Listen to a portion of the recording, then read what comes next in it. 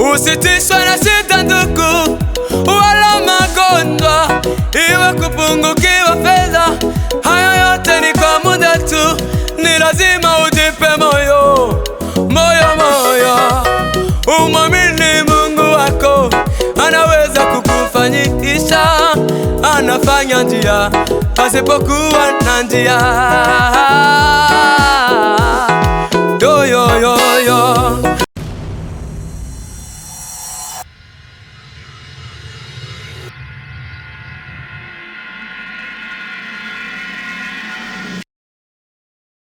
Ndabaramukije nshuti namwe bakunzi ba Empower TV aho muri hose, nizera ko meze neza, mubandanyije gushikama no guhagarara mu mwami wacu Yesu Kristo nkuko bisanzwe. Nkuko mubibona rero turi muri studio za Empower TV, ni ca kiganiro dukunda cyane, Healing Moment, umwanya wo gukira ingwara z'umutima ndetse n'iz'umubiri, kuko mukuramye no guhimbaza byose birashoboka. Uno musi rero twatewe iteka no kuronka umuririmbyi dukunda cyane, Mbabazi Patrick. Ndaryoye kwakira Mbabazi. Urakoze cyane. Kaze kugira ngo dufashe muri umwanya wo guhimbaza Imana no kwitazira. Kuri piano turi kumwe na Ben, kuri micro muri kumwe na Igiraneza Yvonne, kuri kamera turi kumwe na Beni Trésor, ni wagiye kubidufashamo. Ndabasaba rero kugira ngo mubashe gutegura imitima yanyu, mutegura imitima yanyu kugira ngo mubashe kwakira ubwiza bw'Imana yacu. Wumve yuko muri uku kuramya Imana, uramya Imana kuruta uko wigeze kubikora, uhimbaza Imana kuruta uko wigeze kubikora, kandi birashoboka. Bisaba gusa kwizera. Niko ijambo ry'Imana rivuga ngo nuko nimwasenga ngo mwizere ko mubihawe, kandi mu masengesho mukuramya harimo isengesho, mukuramya harimo guhimbaza Imana.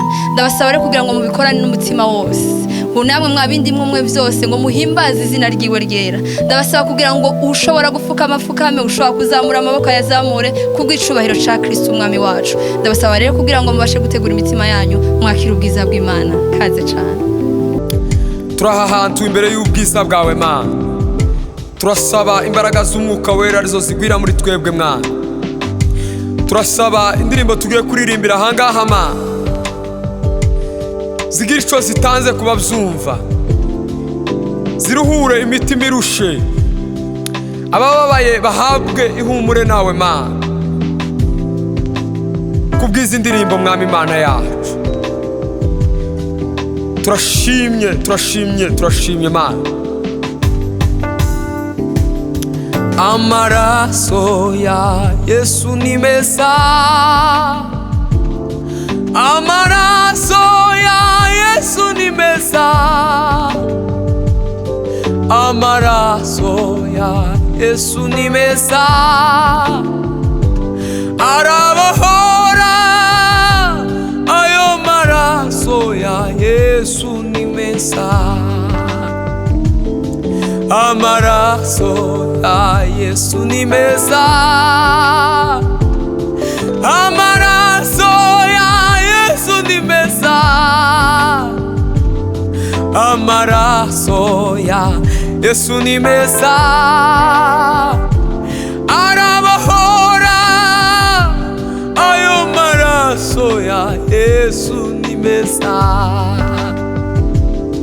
amaraso ya Yesu ni meza, amaraso ya Yesu ni meza, amaraso ya Yesu ni meza, arabohora. Ayo maraso ya Yesu ni meza.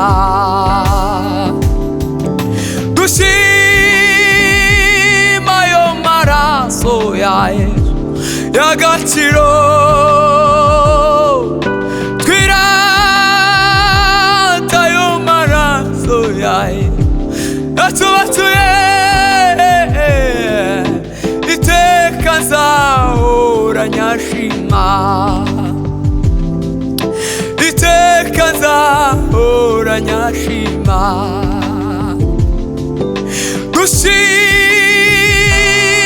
Amaraso ya Yesu y'agaciro,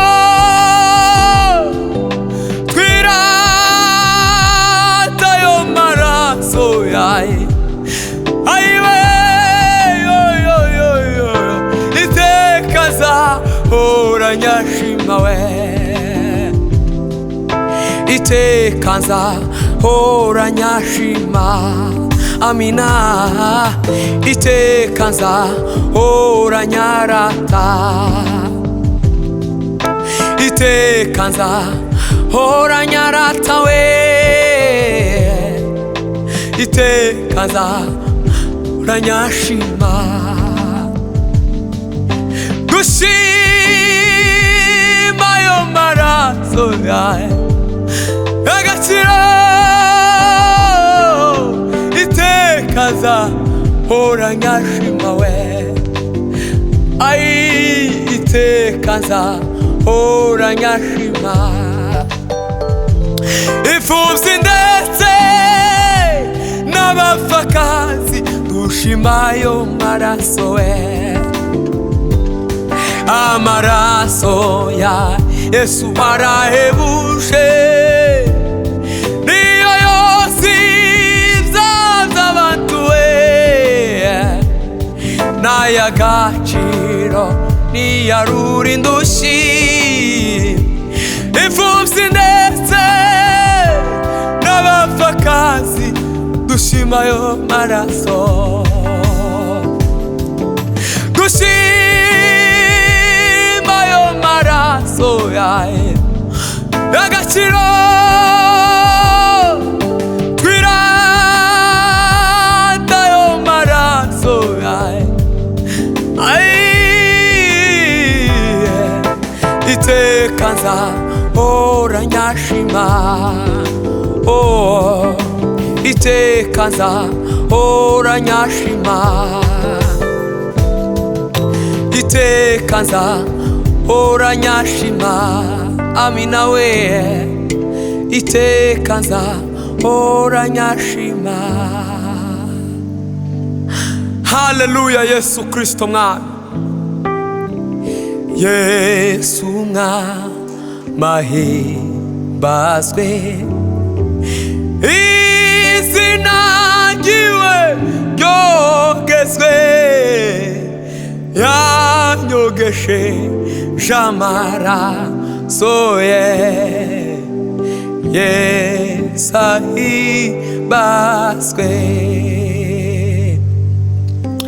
Yesu mahimbazwe izina ryiwe ryogezwe yanyogeshe jamaraso ye Yesu ahimbazwe yanyogeshe jamaraso ye Yesu ahimbazwe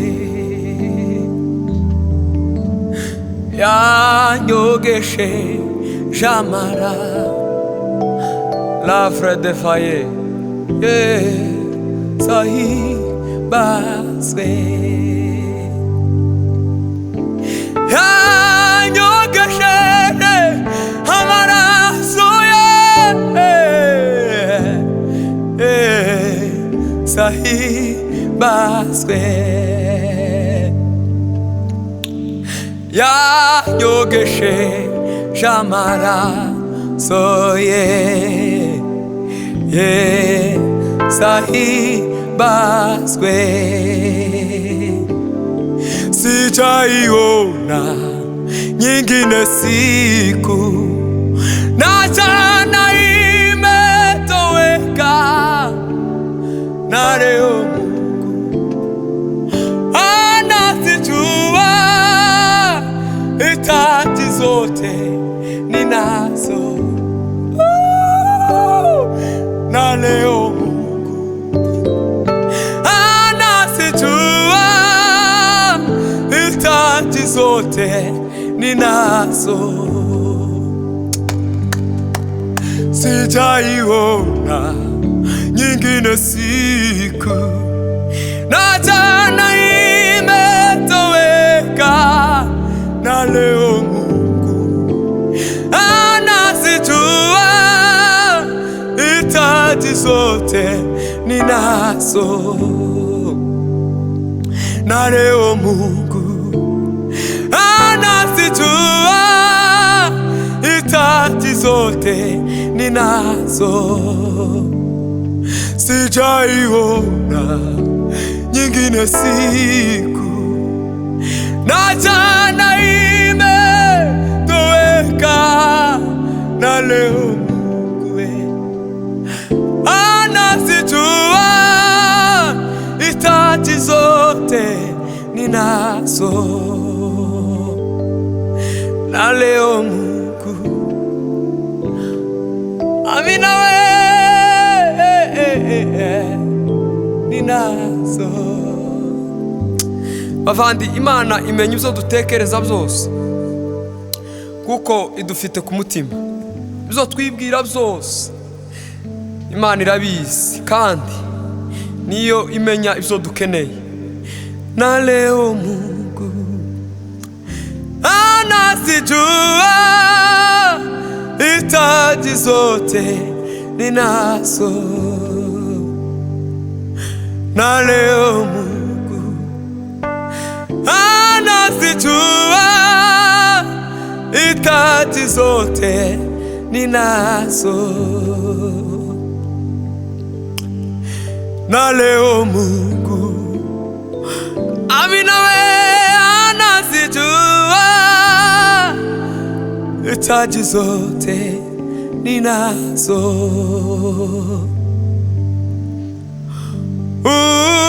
Uruwera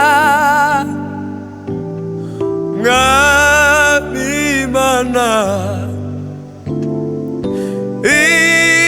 ibyaremwe byose bigushime, tuzamuye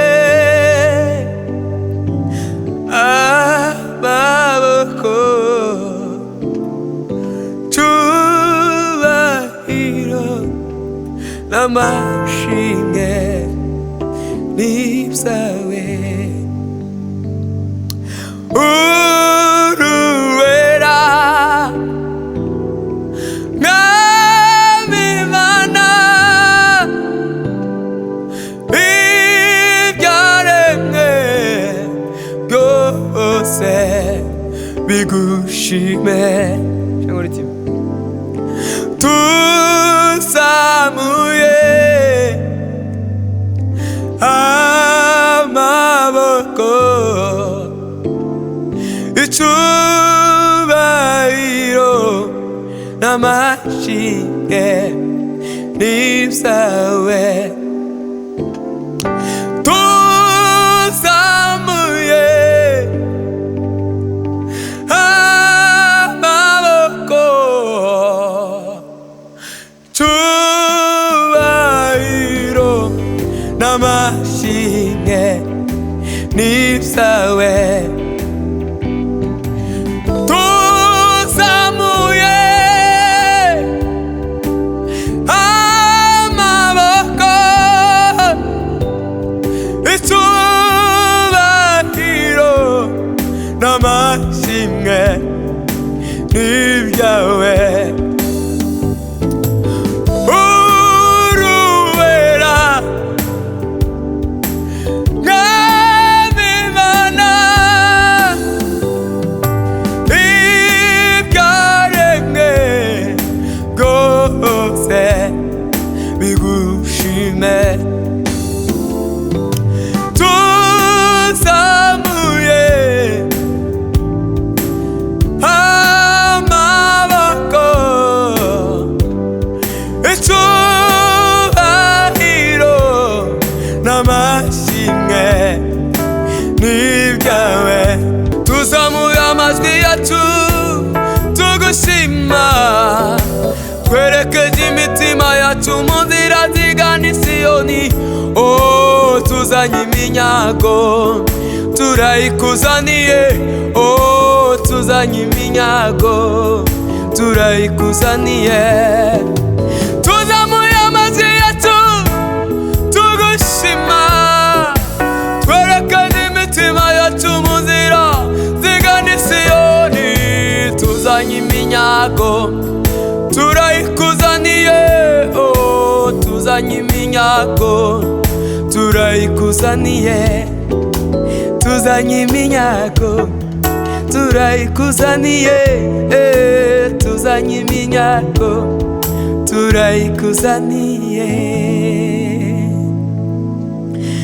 Ibyiza kuri njye sibyo nifuza, ahubwo n'iby'Umuremyi yifuzaho, nyuzwe n'ubuntu bwe, niwe cyuzuzo cy'ubuzima, niwe hano ikubiyemo byose.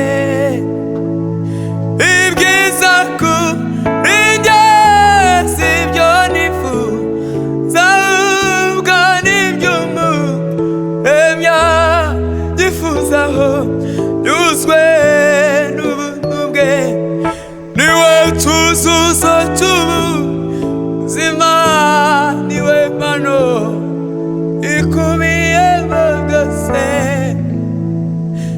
Ibyiza kuri njye sibyo nifuza, ahubwo n'iby'Umuremyi yifuzaho, nyuzwe n'ubuntu bwe, niwe cyuzuzo cy'ubuzima, niwe mpano ikubiyemo byose. Nyuzwe n'ubuntu bwe, niwe cyuzuzo cy'ubuzima, niwe mpano ikubiyemo byose. Ibyiza kuri njye sibyo nifuza, ahubwo n'iby'Umuremyi yifuzaho, nyuzwe n'ubuntu bwe, niwe cyuzuzo cy'ubuzima, niwe mpano ikubiyemo byose.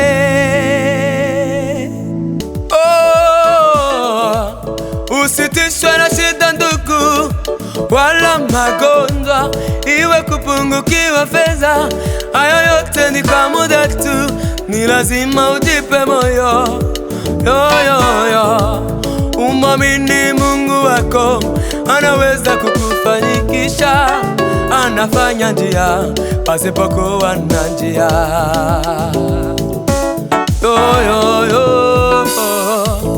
Usitishwe na shida ndugu, wala magonjwa, iwe kupungukiwa fedha, hayo yote ni kwa muda tu, ni lazima ujipe moyo. Umwamini Mungu wako, anaweza kukufanikisha, anafanya njia pasipokuwa na njia.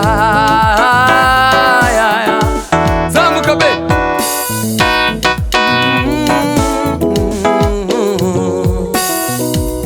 Usitishwe na shida ndugu, wala magonjwa, iwe kupungukiwa fedha, hayo yote ni kwa muda tu, ni lazima ujipe moyo. Umwamini Mungu wako, anaweza kukufanikisha, anafanya njia pasipokuwa na njia.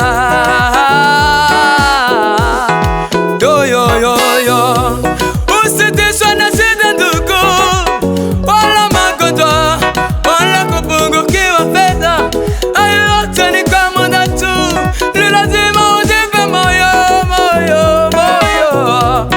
Umwamini Mungu wako, anaweza kukufanikisha, anafanya njia pasipokuwa na njia, anafanya njia pasipokuwa na njia. Mwambie Yesu, mwambie Yesu, mwambie anaweza yote. Yesu mwambie atakushindia. Yesu mwambie Yesu, mwambie Yesu, mwambie anaweza yote. Yesu mwambie atakushindia. Yesu mwambie Yesu, mwambie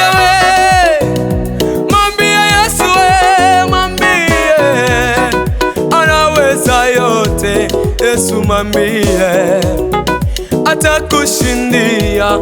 Yesu mwambie.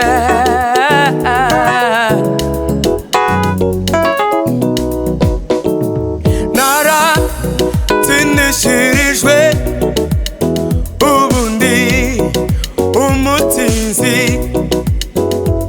Naratsindishirijwe ubundi umutinzi. Naratsindishirijwe ubundi umutinzi.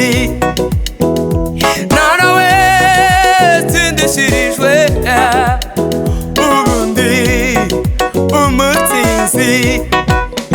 Sinkiri umunyamahanga, nahinduwe uwatoranijwe.